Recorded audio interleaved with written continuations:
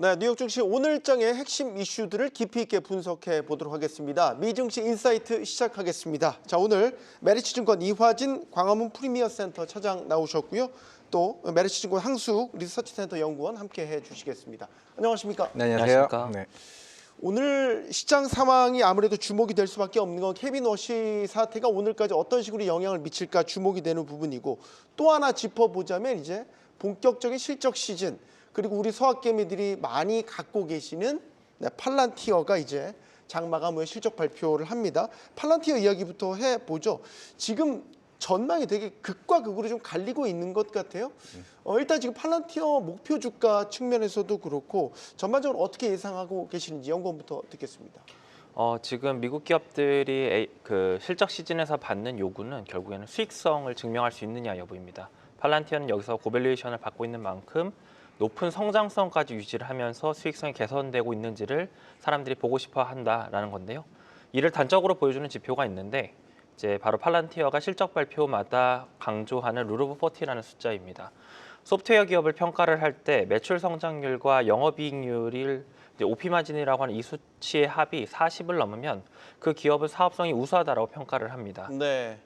네, 이 잣대를 기준으로 팔란티어는 최근 4개 분기의 룰 오브 40 숫자가 매출 성장률과 마진율이 동시에 개선이 되면서 81%, 83%, 94%, 114%까지 높아졌습니다. 이 놀라운 개선세가 이번에도 이어질 수 있을지 실적 발표의 포인트라 보고요.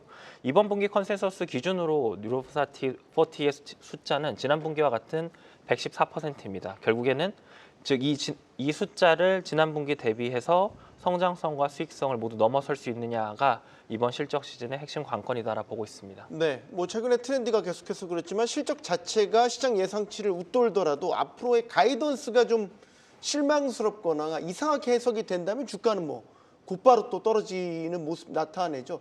팔란티어를 보는 데 있어서 가이던스 어떤 부분을 좀 주목해서 봐야 될까요? 결국에는 이제 성장률을 좀 보는 것 같습니다. 이미 지난 분기에도 전년 대비해서 이제 한 61% 이제 성장률을 좀 보여왔었기 때문에 그만큼 이제 팔란티어는 이제 워낙 이제 고밸류를 좀 계속 꾸준히 좀 받아왔던 만큼 결국 시장에 대한 신망감을 이제 주게 되면은 그에 따른 여파가 굉장히 변동성이 클 수밖에 좀 없다라고 보여주고 있는데, 물론 이번 이제 어느 정도 컨센 자체가 13억 4천만 달러 정도 수준이고 이미 12월 달에 그동안 이제 수주 잔고를 통해서 해군 관련해서만 하더라도 거의 4억 4천만 달러 이제 수주 계약을 좀 해왔습니다. 항상 이제 팔란티어는 항상 실적 발표 이후에 꾸준히 뭐 국방부나 뭐 CI 쪽에서 여러 가지 좀 계약들을 좀 나와왔었던 만큼, 만약 이번 가이던스 같은 경우에 결국에는 기존에 이제 관련돼 왔었던 이제 부트캠프나 실제적으로 민간 기업에 대한 전환율이 얼마만큼 빠르게 치고 올라오느냐에 따라서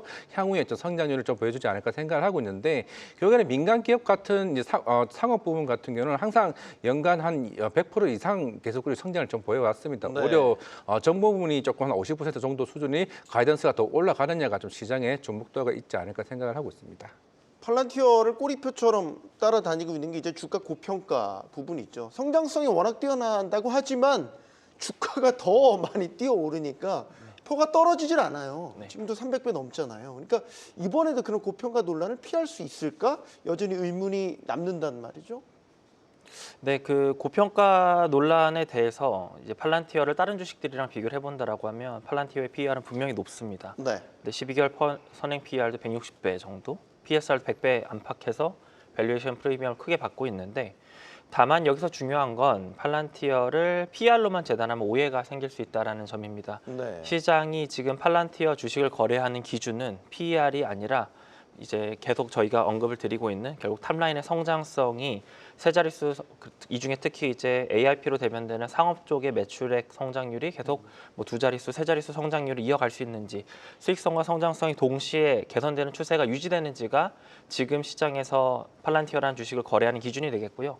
중요한 건 이제 속도의 문제인데, 지금 가격은 성장 둔화가 거의 없을 것을 전제로 하고 있기 때문에 네. 실적이 좋더라도 가이던스에서 조금이라도 컨센서스에 미치지 못한다라고 하면 가뜩이나 지금 이제 금리 관련해서도 고금리 우려가 나타나고 있는 상황에서 그 성장성에 대한 의구심이 조금이라도 생기면 주가가 크게 흔들릴 여지가 있고, 반면에 지표가 재가속을 계속 하게 되고 계속 증명을 하게 된다라고 하면 높은 밸류에이션도 여전히 일부 정당화될 수 있는 상황이다라고 보고 있습니다.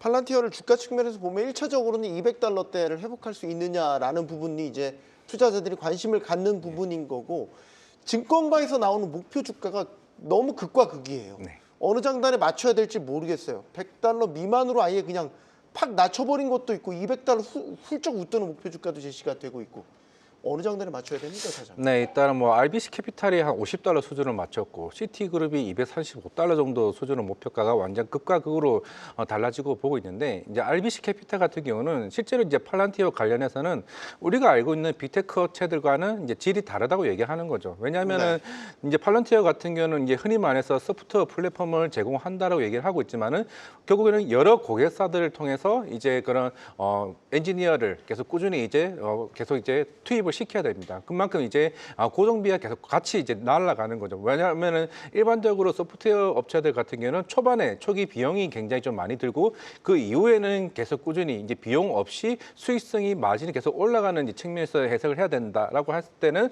RBC는 이제 결국에는 팔란티어는 그런 측면에서는 여러 이제 소프트웨어 업체와 질이 좀 다르다라는 측면에서 그렇게 해석을 하는 거고, 대신 시티그룹 같은 경우는 결국에 기존에 이제 팔란티어가 가지고 있는 부트캠프와 같은 뭐 전환율이나 정보에 대한 수주 모멘텀이 계속 꾸준히 좀 성장하는 단계에 좀 있다라고 보이고 있는 상황이기 때문에 아직은 AI와 관련해서는 그 초기 단계라고 시장에서 해석을 하고 있습니다. 그렇다 보니까 아직까지는 팔란티어와 관련해서는 고평가에 대해서는 아직까지는 시기상조라는 좀 흐름이 완전히 좀 양극화되는 모습을 좀 보여주지 않았나 생각을 하고 있습니다. 그 성장성으로 먹고 사는 팔란티어인 게 현실인 건데, 앞으로 그럼 팔란티어의 성장성을 견인할 견인차, 아까 AIP 말씀도 주셨지만 최근에 또 부상하고 있는 게 이제 이른바 전력망에 대한 관리, 이런 부분들도 같이 부상이 되고 있어요. 예, 맞습니다. 그런 부분들이 종합적으로, 그러니까 팔란티어가 하는 일은 그 기업들, 어떤 이제 운영되는 그런 기업들을 최대한 효율화를 해주는 그 시스템을 제공하는 기업으로서 뭐 AIP와 같은 상업 쪽에서 다방면에서 효율화를 해주고, 그 중간 그 가운데서 뭐 전력망에 대한 효율화 이런 것도 같이 들어있다라는 거죠.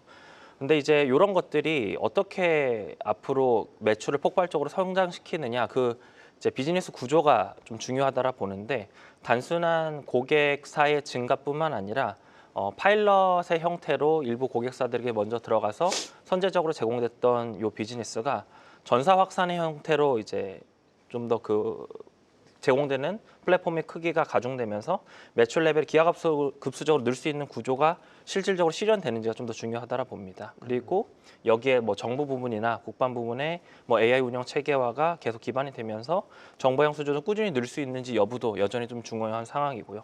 정리한다라고 하면 AIP라는 그런 소프트웨어를 기반으로 상업 부분에서 반복 매출이 굳어지고, 그 반복 매출이 단순하게 일회성 요인이 아니라 그 전사적으로 확산될 수 있는 그런 매출로 굳어진다는 이런 포인트에 더해서 정부 수요가 받쳐지는 가운데 현금 흐름이 유지되느냐, 이런 부분들이 팔란티어의 좀 매출과 관련해서 향후 성장과 관련해서 가장 중요한 포인트다라고 보여집니다. 네, 자, 미장 상황 계속해서 이어가 보도록 하겠습니다. 일단은 걱정했던 것과 달리 큰 충격파는 좀 잦아든 양상인 것 같습니다.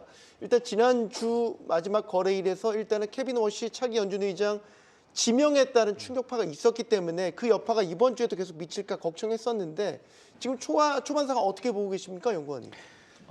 일단 보면은 방금 말씀해 주셨던 대로 지난주 금요일부터 우려되었던 케빈 워시 지명에 대한 그런 우려는 오늘 이제 우리나라 시장에서도 좀 강하게 반영이 되었었고, 사실 네. 이제 S&P 500도 선물에서 이제 6,850포인트까지 떨어졌었다가 오늘 이제 막판에 좀 선물 시장 좀 많이 만회를 하면서 지금 장중에도 낙폭을 좀 많이 회복하고 있는 모습입니다. 그래서 케빈 워시에 대한 어떤 통화 정책 불확실성에 대한 이야기가 오히려 이제 연준에 대한 독립성, 그 어떤 신뢰성이라는 측면에서 또 다른 측면에서 그 뭐랄까 좀 긍정적으로 해석할 수 있는 그런 포인트들이 있거든요. 그래서 네. 그런 쪽으로 뭔가 독립성이 훼손되지 않는 측면에서 이제 연준의 중심을 잡고 어떤 좀 더 긍정적으로 변화할 수 있는 방향들에 대해서 지금 시장이 좀 다시 한번 프라이싱을 하고 있는 부분이 아닐까 이렇게 보고 있습니다. 네, 장 초반에 3대 지수 혼조세이긴 하지만 조금 전 S&P 500은 다시 또 플러스로 전환을 하면서 케빈 워시 충격에서 좀 회복하고 있는 것 같습니다, 차장님.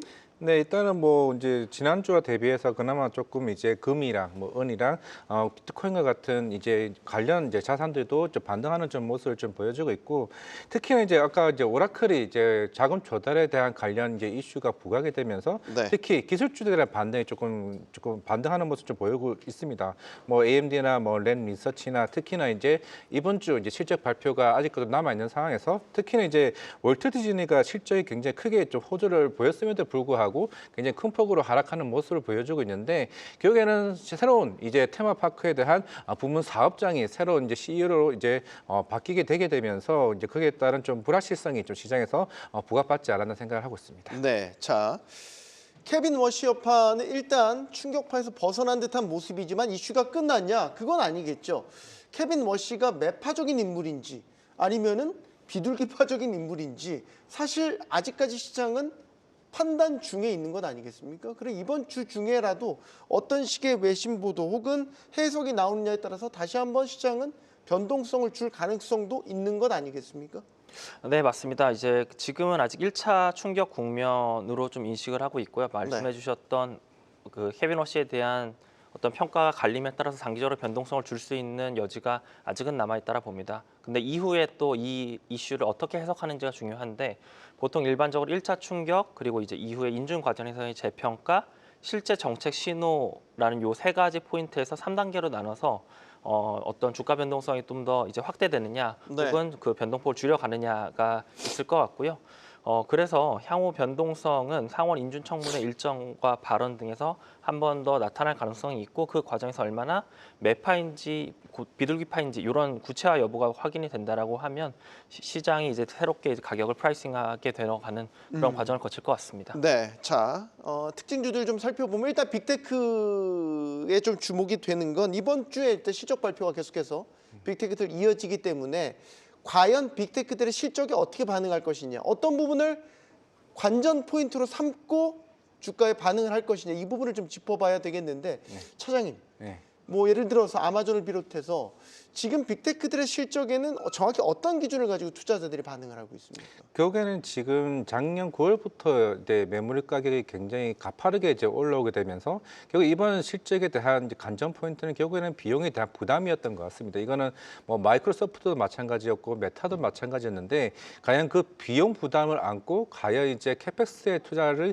계속 꾸준히 이제 사양할 것이냐, 이게 굉장히 중요하지 않을까 생각을 하고 있는데, 뭐 이제 메타도 이제 그런 얘기를 해왔지만은 특히나 이제 알파벳 같은 경우는 워낙 이제 제미나이가 이제 점유율이 굉장히 가파르게 치고 올라오게 되면서 실제적으로 그 광고 수익이 얼마만큼 이제 투자 수익에 이제 반영이 되는지가 좀 중요하지 않을까 싶습니다. 결국에는 실제적으로 이게 눈으로 보이게 된다라고 하게 되면 다른 이제 빅테크 업체들도 언젠가는 뭐 2분기든 올해 4분기든 이쪽에 대한 이제 방향성에 대한 명확한 이제 어느 정도 보여주지 않을까 좀 생각을 하고 있고, 그게 이제 뭐 아마존도 그런 클라우드 데이터 센터에 관련된 모습들이 부각되지 않을까 싶습니다. 뭐 AMD 같은 경우도 워낙 이제 엔비디아에 대한 실적 발표도 있긴 했지만 올해 같은 경우는 MI450, 그러니까 기존에는 MI350에서 이제 넘어가는 단계겠죠. 이제 루빈과 이제 본격적으로 경쟁하는 이제 스펙이기 때문에 과연 여기서 추후에 과연 고객사에 대한 그런 이제 다변화를 어떻게 보여주느냐가 이번 주 이제 빅테크 업체들의 좀 관전 포인트가 되지 않을까 생각을 하고 있습니다. 말씀하신 대로 M7 주가는 지금 제가 계속 실시간으로 보고 있는데 초반에 좀 상승 가도를 달리다가도 지금 조금씩 상승폭을 줄여내는 모습이기 때문에 아직까지는 방향성을 판단하긴 이른데, 확실한 건 반도체는 강하네요. 네, 마이크론을 비롯해서 뭐 엔비디아는 좀 하락세이긴 한데 브로드컴과 엔비디아는 하락세이고, 뭐 AMD라든지 아니면은 마이크론 테크놀로지, 뭐 텍사스 인스트루먼트, 이런 반도체주는 상대적으로 강한 모습을 보이고 있습니다. 제가 연구원에게 여쭤보고 싶은 거는 아까 케빈 워시에 대한 질문을 하나 못 드렸던 거는, 케빈 워시가 매파적인 인물로 분류가 된다면 통화 정책 자체도 예를 들어서 높은 금리를 지향하게 될 것이다, 금리 인하가 늦춰질 것이다. 그러니까 높은 금리가 나타났었을 때에 시장 수혜 섹터와 피해를 보는 섹터, 이런 것들도 구분이 가능하겠습니까? 네, 그렇다고 볼 수 있겠습니다. 일반적으로 저희가 금리가 높다라고 하면 성장주들은 이제 할인율 측면에서 문제가 부담이 되기 때문에 성장주들에 대해서 눈높이를 낮추게 되는 것이고, 그리고 이런 경우에는 금융 섹터라든가 경기 민감 섹터들 일반적으로 선호를 하고요. 여기에 좀 더 이제 변동성이라는 측면에서 프라이싱을 한다라고 하면 뭐 방어 섹터 중에 뭐 에너지, 유틸리티, 인프라 같은 이런 섹터들을 선호하게 될 수도 있다라고 생각을 합니다. 근데 저는 사실은 이번에 케빈 워시 사안과 관련해서 그렇게 이제 매파적 프라이싱이 이어진다라기보다는 통화 정책의 그 독립성, 그러니까 통화 정책 독립성, 연준의 독립성과 함께 미국의 달러 표시 자산에 대한 신뢰성 회복이라는 이런 데 좀 초점을 맞춰보고 싶습니다. 무슨 뜻이냐면 네. 지금 다시 달러가 강해지면서 이게 달러 강세가 일부의 뭐 원자재 가격이라든가 뭐 미국 주식에 대해 뭐 단기적으로 부담을 줄 수 있다 뭐 이런 요인들로 좀 해석이 되는 국면인 것 같은데 이거를 좀 장기적인 시계열로 좀 생각을 해보면요. MSCI 지수 기준으로 선진국 지수랑 신흥국 지수의 상대 강도 그 데이터랑 그리고 달러 인덱스를 한 40년 동안 차트를 그려보면 달러 인덱스랑 선진국의 상대 강도가 거의 비슷하게 움직입니다. 무슨 네. 뜻이냐면 달러가 강할 때 추세적으로 선진국 증시가 상대적으로 아웃퍼폼했고요. 달러가 약할 때 신흥국 지수가 상대적으로 아웃퍼폼했습니다. 2024년과 5년을 좀 놓고 본다라고 하면 2024년에는 온리 US 중심으로, 그러니까 미국 중심으로 시장이 좋았고 그때 달러 인덱스가 110포인트를 넘어서는 강달러였다가 2025년에 이런 부분들이 정상화되면서 달러가 약해지는 추세가 2025년 그리고 6년 초반까지 이어지고 있는데 그 기간에 신흥국이 지금 아웃퍼포머를 하고 있어요. 그래서 이런 추세가 사실은 같이 부각이 되었었던 게 이제 트럼프 당선 이후에 이제 미국의 어떤 달러 표시에 대한 신뢰, 통화 정책 독립성에 대한 우려 이런 부분들이 같이 부각이 되면서 이제 미국 주식들, 달러 표시 자산들 대표적인 미국 주식이나 미국 채권들에 대한 우려들이 커졌는데 만약에 연준 독립성에 대한 이슈 그런 독립성에 대한 기대감이 다시 회복이 될 수 있다라고 하면 이런 부분들은 사실은 미국 주식 전반에 대해서는 나쁘게 볼 필요가 없다라고 생각을 합니다. 네. 자, 미증시 인사이트 메리츠증권 이화진 차장 또 황수욱 연구원과 함께했습니다. 오늘 고맙습니다. 네, 감사합니다.